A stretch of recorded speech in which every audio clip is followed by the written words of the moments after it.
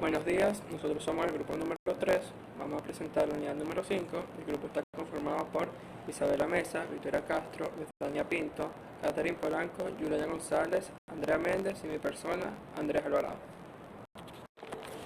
Planificación, organización y estructura textual. Antes de tocar el primer tema, se debe saber que es un texto.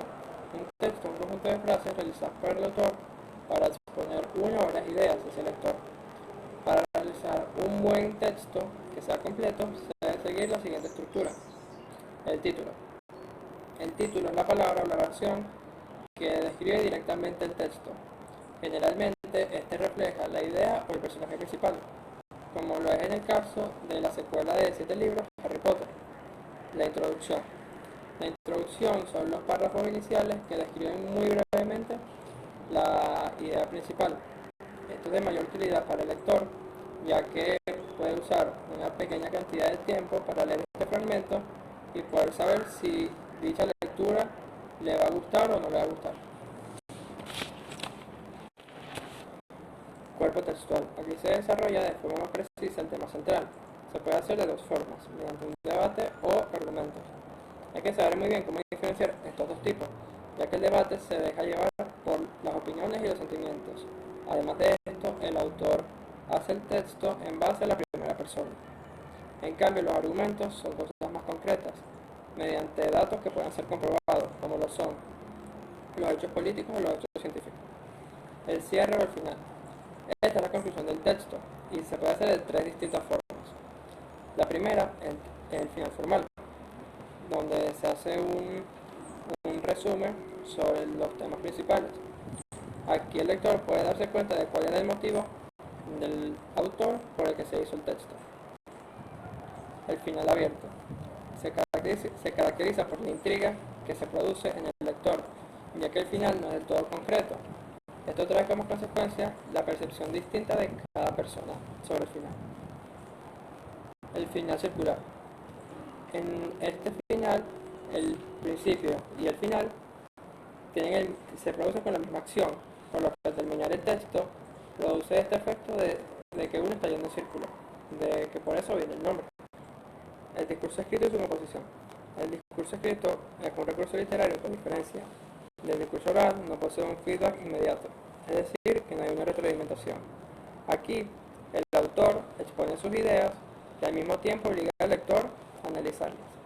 Para realizar una buena composición del discurso escrito se deben realizar los siguientes pasos. El proceso de preparación.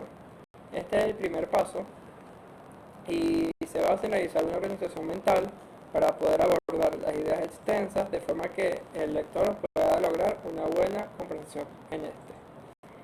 Cabe acotar que a partir de este proceso esto va a funcionar como un borrador. El proceso de redacción.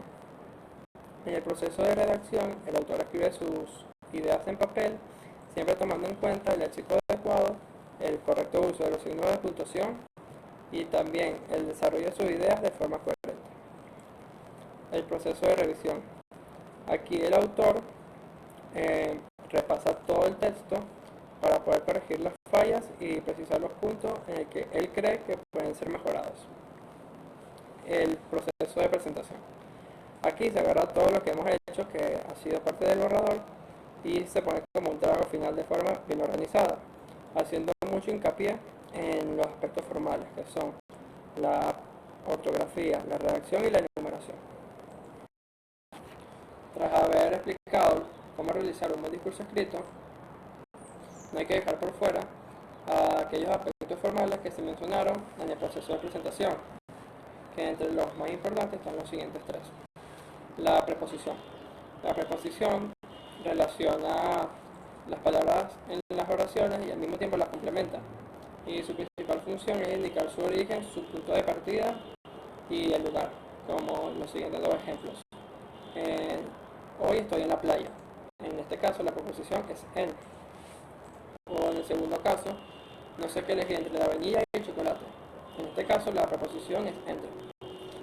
Las conjunciones son elementos que sirven como conexión entre las palabras, oraciones o incluso las mismas preposiciones, como puede ser por ejemplo sin embargo, pero o si no.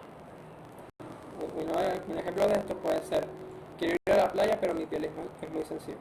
En este caso está presente la palabra pero. Por último, pero no menos importante, están los conectores. Estos sirven para formar una relación entre dos oraciones y así lograr un orden lógico en el texto. Entre los más comunes está es decir o continuación. Esto es bastante útil entre los usos de un texto muy largo o la separación entre un párrafo y el otro. Buenas, mi nombre es Isabela Mesa y a continuación voy a exponer sobre las etapas de la escritura. Específicamente voy a hablar sobre los conocimientos previos para el desarrollo de un escrito. Cuando se habla de previo, se está haciendo referencia a que estos conocimientos deben de tomarse en cuenta y practicarse antes y durante el desarrollo o la redacción de tal escrito. Ahora bien, cuando nosotros queremos desarrollar un escrito, es importante planificar. ¿Planificar qué? Ciertos aspectos. Un aspecto sería la intención comunicativa del escrito.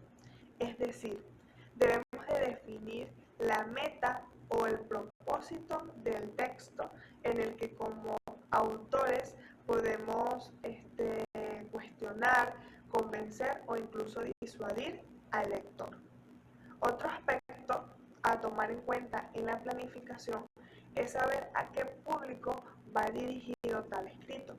Si es a un público profesional, si es a un público estudiantil o incluso a cualquier persona que vaya a necesitar de la información. Sin importar a qué público vaya dirigido el escrito, es recomendable que la escritura sea sencilla y que nuestro estilo discursivo, nuestra forma de escribir, sea lo más clara y veraz posible. Otro aspecto para la planificación es tener un objetivo claro, es decir, que queremos enseñar al lector.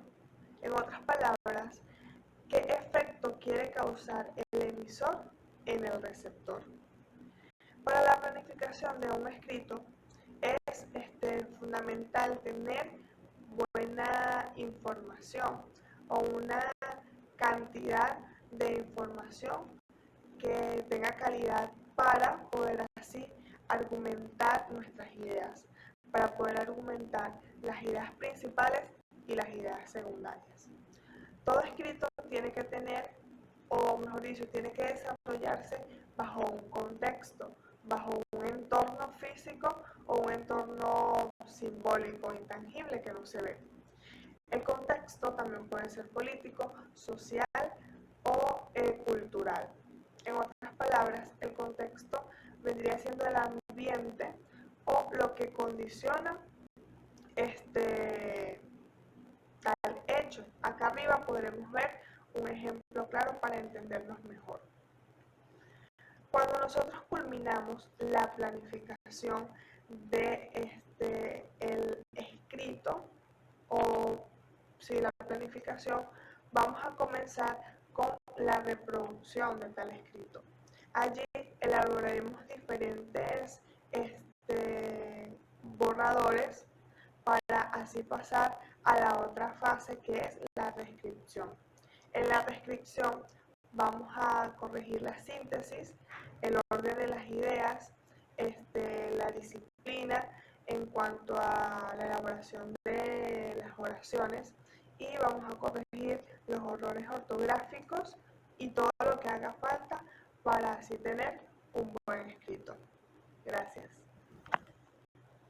Y a continuación, un ejemplo. Cabe resaltar que cualquier buen escrito podría ejemplificar lo antes expuesto por mí, pero quisiera hacer referencia de un libro que leí llamado Memorias de una nación en guerra, de José Ángel. Es bueno señalarlo porque José Ángel, como autor y protagonista de la historia, nos cuenta cómo fue desarrollando el libro y dice que cada situación que a él le pasaba, que tuviese algún tipo de relación con la temática ya planificada del libro, él la iba anotando en una agenda. lo que nos hace apreciar que de parte del autor hubo una planificación, una idea y también una producción, es decir, una elaboración de borradores, los cuales iba sustentando a través de sus experiencias personales. Como dato curioso, la relación entre interlocutores es muy dinámica, es decir, la relación que existe entre el lector y el autor es muy dinámica porque él utiliza lo que son las preguntas retóricas que hacen reflexionar mucho al lector. Gracias. Hola, mi nombre es Andrea Méndez y yo les voy a hablar un poco sobre lo que es la documentación y la producción y generación de ideas. La documentación es el acto y resultado de documentar, comprobar algo a través de documentos o pruebas. El término también suele referirse al conjunto de documentos que pueden lograr la certificación de algo. Un documento no es más que un texto redactado que sirve para confirmar un relato. También puede describirse a través de cartas que contengan datos que deben verificarse para comprobar una información. De acuerdo a las cualidades con las que es redactado el documento, puede clasificarse en textuales, que son todos aquellos documentos redactados o realizados en papel, y están los no textuales, que es donde se emplea un método distinto al papel para plasmar la idea que se desea publicar. Puede ser a través de grabaciones, un pendrive, videos, etc.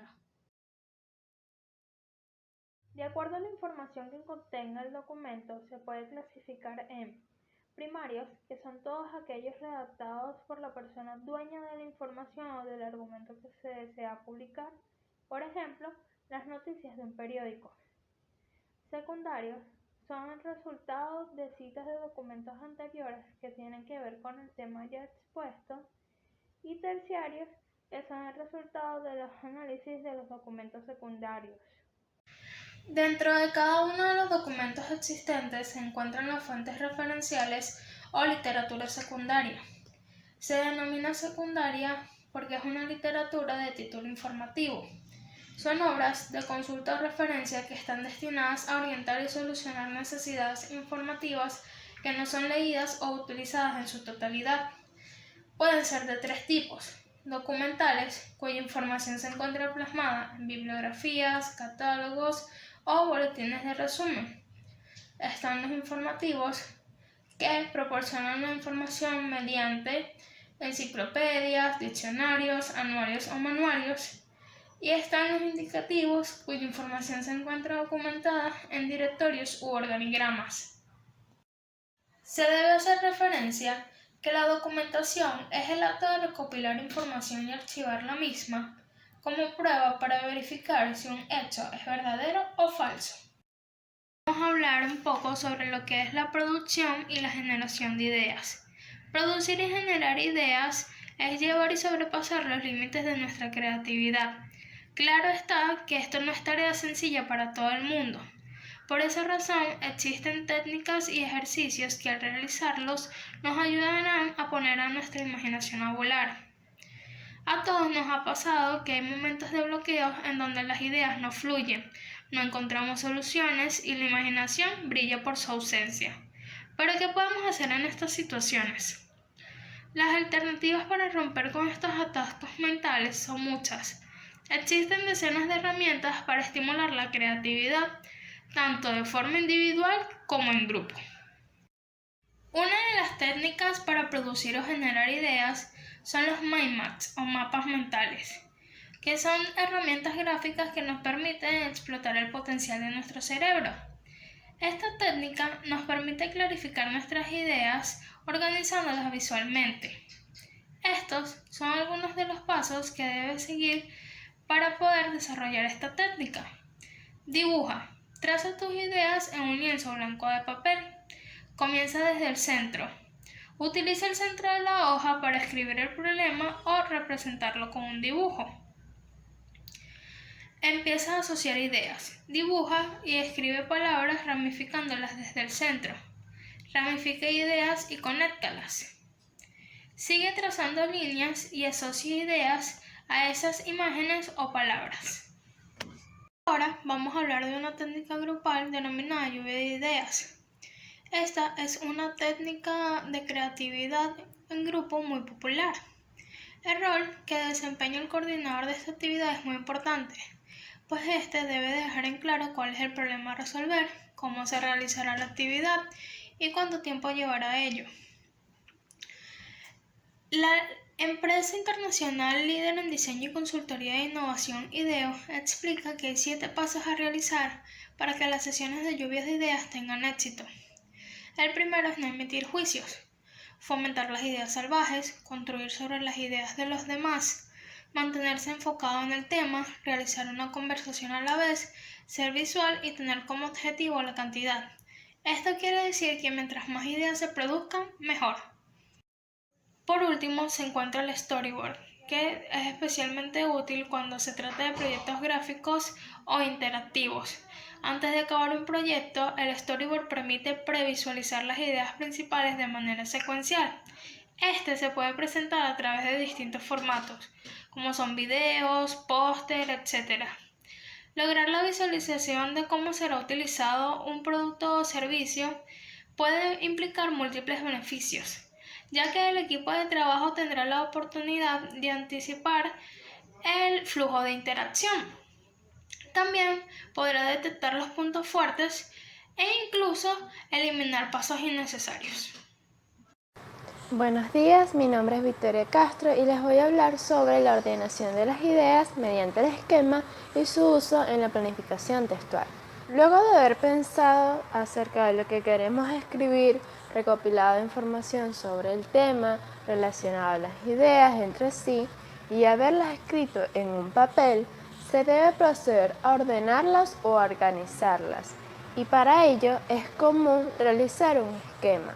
El esquema no es más que la representación gráfica de las ideas que ya tenemos de una forma más sintetizada y clara, para ayudarnos a comprender mejor o tener una visión general sobre el texto que estamos construyendo. Este método utiliza como base la jerarquización de las ideas principales, secundarias y terciarias o complementarias que deben expresarse en pocas palabras o en conceptos cortos. Además, el esquema relaciona dichas ideas por medio de formas, líneas y colores llamativos para hacer más amena la presentación. Según el formato que se presente, podemos encontrar los siguientes esquemas: el cuadro sinóptico, o mejor conocido como el esquema de llaves, el esquema de flechas, el esquema de desarrollo, el esquema radial y el diagrama o mapa conceptual. El esquema de llaves, que como su nombre lo indica, utiliza llaves o corchetes. El esquema de flechas, que es utilizado por la mayoría, ya que las flechas ayudan a reconocer mejor o con mayor rapidez de dónde salen las ideas. El esquema de desarrollo, donde se utiliza la jerarquización numérica o alfabética. El esquema radial, cuya idea central se encuentra en el centro, y de allí se desprenden las otras ideas, como las secundarias y las terciarias en ese orden. Y para finalizar, se encuentra el diagrama o mapa conceptual, donde las ideas son encapsuladas y la principal se localiza en la parte central superior de la hoja. Hola, mi nombre es Yelena González y me corresponde hablarles sobre la organización textual y la lectura. Comencemos por la organización textual. Esta podemos definirla como la estructura o el orden que utilizamos para darle sentido a nuestras ideas en un escrito. Esta va a variar dependiendo del tipo de texto que vayamos a realizar, pero la que voy a explicar a continuación es la que se utiliza en su mayoría y también se utiliza especialmente con los textos argumentativos. Comencemos. Primero tenemos la introducción. En esta sección nosotros debemos intentar llamar la atención del lector y también introducir un nuevo tópico. Es aquí donde normalmente se encuentra la tesis y la problemática. Continuamos con el desarrollo. Es en esta sección donde nosotros debemos exponer nuestros argumentos de manera más amplia y ordenada con el fin de justificar o ampliar la información de la tesis. Por último, tenemos la conclusión. Este es el cierre de nuestro texto y podemos realizarlo correctamente dependiendo de la intención del mismo. ¿Qué quiero decir con esto? Pues, o bien lo podemos realizar haciendo una síntesis de todo lo expuesto, o podemos plantear soluciones a la problemática proyectada, o podemos comprobar o rechazar la tesis. Como ya comenté anteriormente, esta estructura depende mucho del tipo de texto, así que hay veces en las que vamos a conseguir en esta sección la tesis. Y por último, para cerrar este tema, me gustaría recalcar que para que esta organización se haga de manera correcta y exitosa, cada párrafo y cada segmento debe tener coherencia y cohesión con el anterior. Continuamos con el tema de la lectura. La lectura podemos definirla como el proceso mediante el cual reconocemos y comprendemos el lenguaje escrito y aquellas ideas que el emisor o escritor desea transmitir.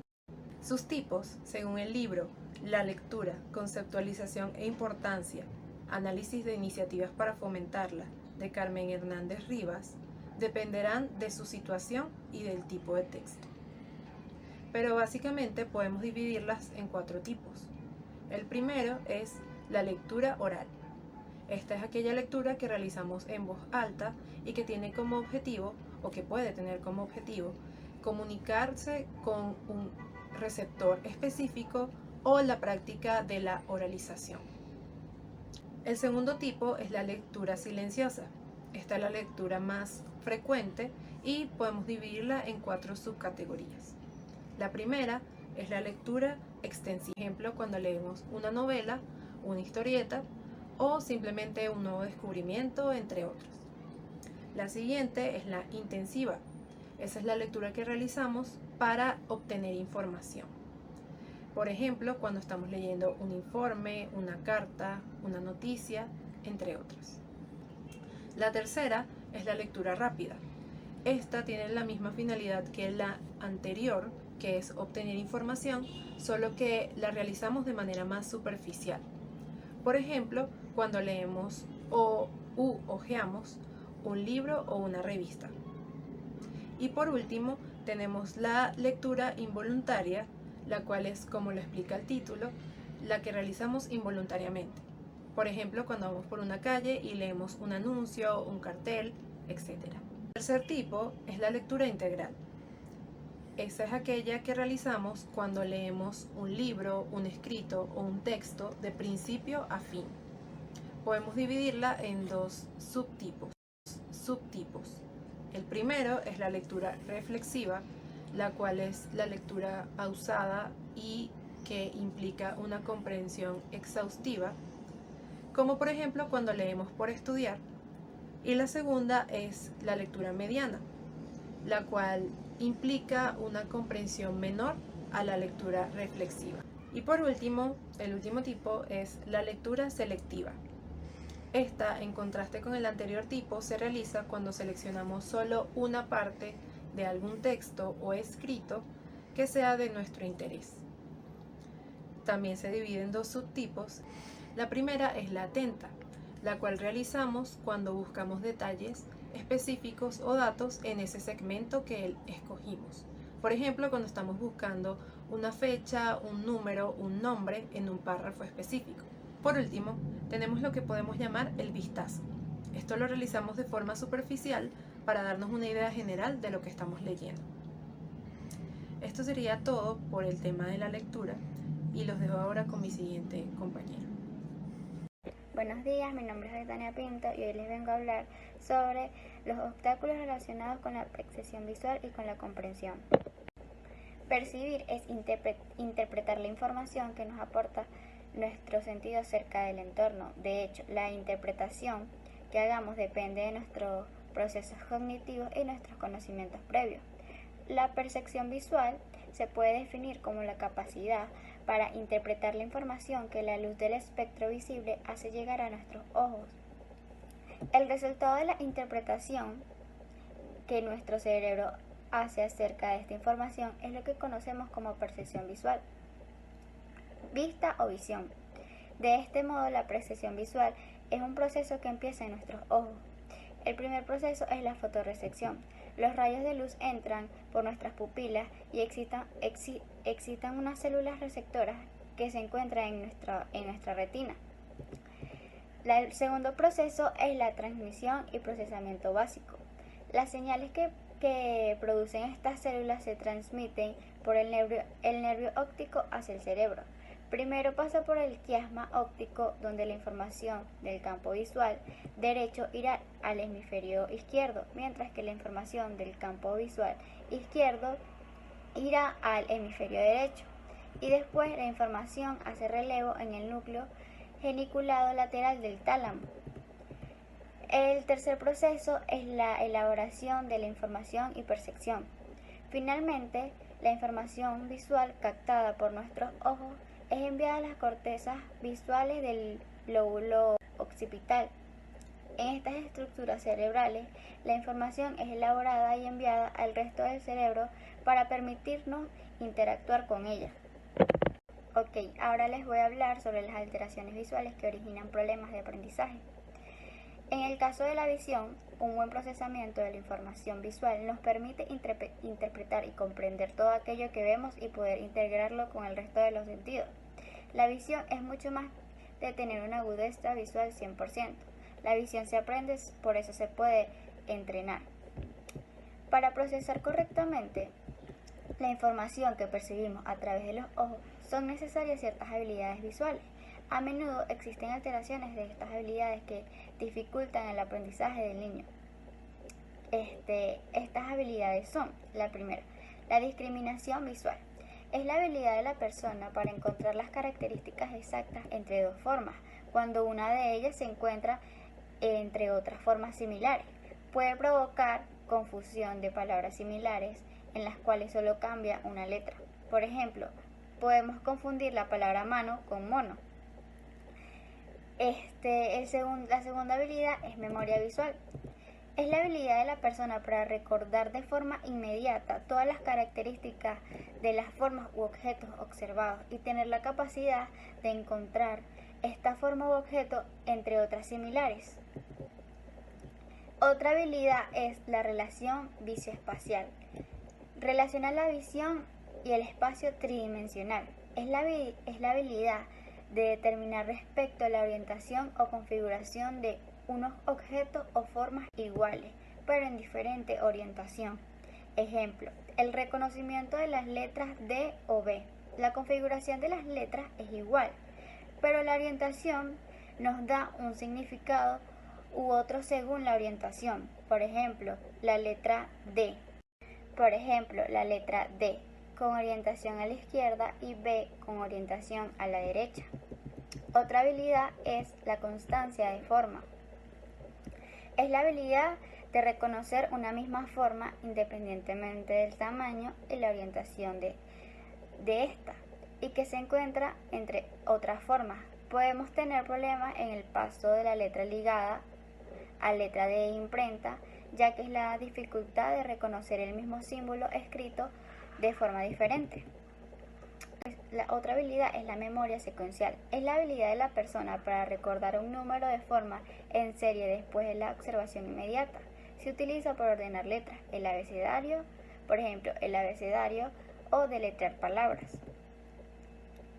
Otra habilidad es figura-fondo. Es la habilidad de la persona para percibir una forma u objeto y encontrarla entre una superficie difusa. Ejemplo, la localización de una palabra concreta en una frase o buscar una frase exacta en un párrafo.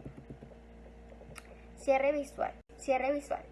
Es la habilidad de la persona para llegar a reconocer una forma completa entre unas cuantas formas u objetos incompletos. Un ejemplo es la construcción de un puzzle. Tenemos unas cuantas piezas, cada una con características similares, que en conjunto forman una figura completa. Nos ayuda a entender lo que leemos o extraer conclusiones lógicas. Ahora les voy a hablar sobre los síntomas que tiene una persona con una alteración de habilidades visuales.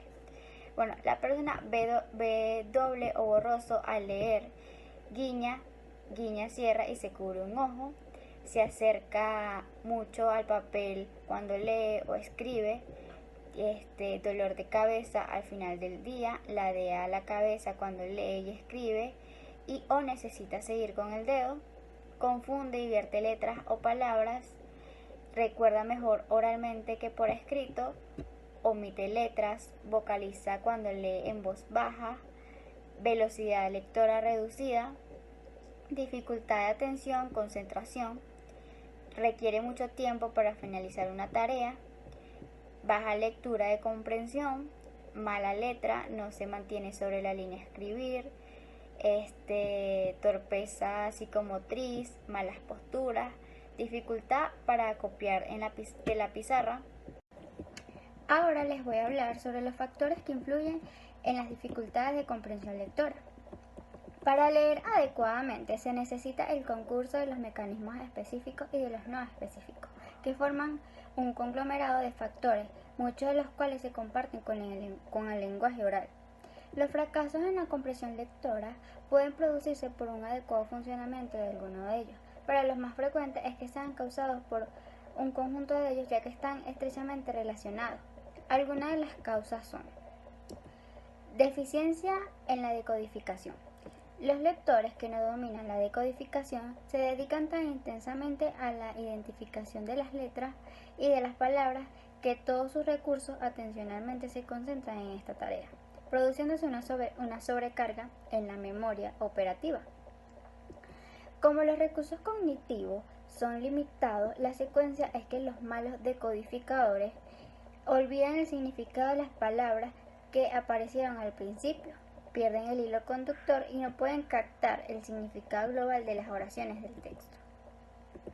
Otra de las causas es la confusión respecto a las demandas de la tarea.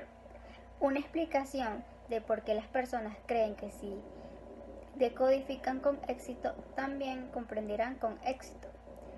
Es porque de los 3 niveles de procesamiento que los lectores pueden usar para comprender un texto, léxico, sintáctico y semántico, se apoyan predominantemente al nivel léxico. Gracias. Hola, mi nombre es Katherine Polanco y voy a continuar con los factores que influyen en la comprensión lectora. Pobreza de vocabulario. Los lectores hábiles se caracterizan por tener un vocabulario amplio, rico y bien interconectado. Por el contrario, los malos lectores identifican un menor número de palabras y tienen dificultades con las palabras largas, abstractas o que son poco frecuentes. Otro de los factores es la escasez de conocimientos previos. Al leer las palabras en un texto, estas podemos asociarlas con significados leídos en textos anteriormente. Estos conocimientos previos son importantes para afianzar los nuevos aprendizajes, por lo que los lectores con mayor conocimiento previo sobre un tema tienen mayor capacidad para retener la información que están leyendo y así responder correctamente a las preguntas de comprensión. Otro factor son los problemas de memoria. La memoria a corto plazo y la memoria operativa o de trabajo son indispensables en la comprensión lectora, ya que permiten mantener la información ya procesada durante un corto periodo de tiempo mientras que se lleva a cabo el procesamiento de la nueva información que va llegando, y esto se irá almacenando en la memoria a largo plazo. El siguiente factor es el desconocimiento y o falta de dominio de las estrategias de comprensión. Un déficit estratégico es una de las principales causas de los problemas de comprensión. Diversas investigaciones ponen de manifiesto que las personas que fallan en la comprensión se caracterizan por tener una actitud pasiva cuando leen, lo que los lleva a una actitud rutinaria y carente de esfuerzo en la búsqueda y construcción del significado. Otro factor es el escaso control de la comprensión. En esto se hace referencia a las estrategias metacognitivas. La metacognición es el control y conocimiento de la propia actividad cognitiva y tiene 2 funciones. 1. Ser conscientes de los procesos, estrategias y habilidades requeridas para llevar a cabo una actividad. 2.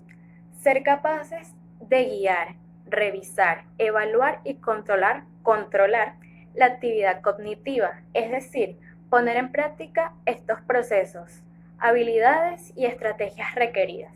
En numerosas ocasiones, el problema está en que las personas no conocen las estrategias que deben poner en práctica o no son conscientes de que no están procesando la información que están leyendo. Por lo tanto, no buscan estrategias para la comprensión de dicha información. El siguiente factor es la baja autoestima. En todos los aprendizajes influyen significativamente los valores afectivos, principalmente el autoconcepto de la persona y la confianza que tiene en sí misma, pues la baja autoestima y la inseguridad pueden perjudicar seriamente la adquisición de conocimientos. Y el último factor a trabajar es el escaso interés en la tarea.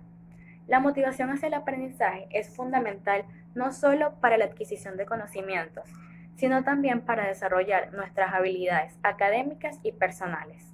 Las personas que fallan en la comprensión lectora básicamente es porque tienen muy poco interés en lo que se les ha sido asignado, así que no se toman en serio la tarea de leer. El último punto a tratar en nuestra exposición es el texto como producto de la lectura. La producción de textos después de la lectura resulta de suma importancia en el ámbito estudiantil. Su valor pedagógico radica, por un lado, en que motiva la lectura de textos claves vinculados a los géneros discursivos de una asignatura en específico, y por otro, favorece la producción por parte del estudiante de textos ya sean expositivos explicativos, descriptivos, analíticos, interpretativos y argumentativos. Esto es posible porque el estudiante, después de leer, asume la labor de escritor para dar cuenta de lo leído. Este proceso resulta de suma importancia en el aprendizaje y la construcción de conocimiento, porque quien realiza un texto después de la lectura se ve sujeto a una reflexión de conocimiento y toma una posición objetiva y subjetiva a la vez. Objetiva porque busca no dejar de lado aspectos importantes de la lectura, y subjetiva porque entra en juego dos aspectos: la reflexión pertinente y oportuna y la autonomía para redactar según el estilo del estudiante su propio texto. Ese texto presentado, que resulta de la lectura seria, metódica y orientada de una obra fuente, adquiere independencia y se puede presentar como una producción autónoma, ya que un tercer lector puede leerlo e interpretarlo sin necesidad de leer la obra fuente.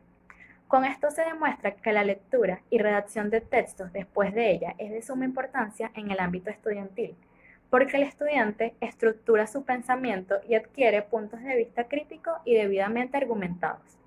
Muy bien, con esto damos por concluida nuestra exposición. Esperamos que hayan entendido lo mayor posible para que puedan responder correctamente las actividades que serán presentadas a continuación. Muchas gracias.